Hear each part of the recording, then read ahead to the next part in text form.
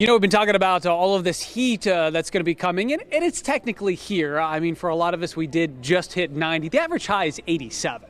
So we're not that all far away. It's the next 2 days. But as I mentioned at the top of the show, there's plenty of cool places. And there are some items that don't necessarily like the heat also. We're talking about big blocks of cheese. And I want to invite our cheese carver over here. And by the way, this is in the horticulture building. Plenty of ways to stay cool. You can see, for once, I don't have any sweat coming down. And I'm sure you're enjoying being inside throughout the York Fair, too. But so I want to talk to what got you into cheese carving?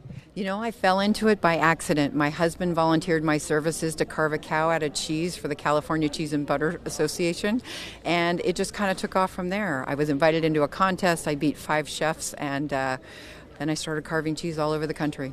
Now, you have people that do request carvings. What are some of the more unique carvings that you've done? Yeah, I've done a lot of weddings, which is kind of fun because I usually take some of the characteristics of the people that are around. I love doing the fairs. The York State Fair is one of my favorites because the people are so nice. And I just try to do things that are interesting to the people in the audience. All right, and we start off with just how many pounds of cheese to get that initial carving? These are 40-pound blocks. Sometimes I do 500-pound wheels, but these are 40-pound blocks. They run about 42 and a half, 43 pounds, and it's basically reductive. So whatever I can imagine in the cheese, that's how I reduce it down to make the sculpture. And I'm sure you've got some leftover pieces, right? Absolutely. I am very popular for my cheese sticks. You know, I make a wicked cheese stick. So there you go. If you want to watch out, I'm sure you can get some of those samples too. Sarah, thank you very much. I appreciate that. And again, there's ways to stay cool on what's going to be some hot weather.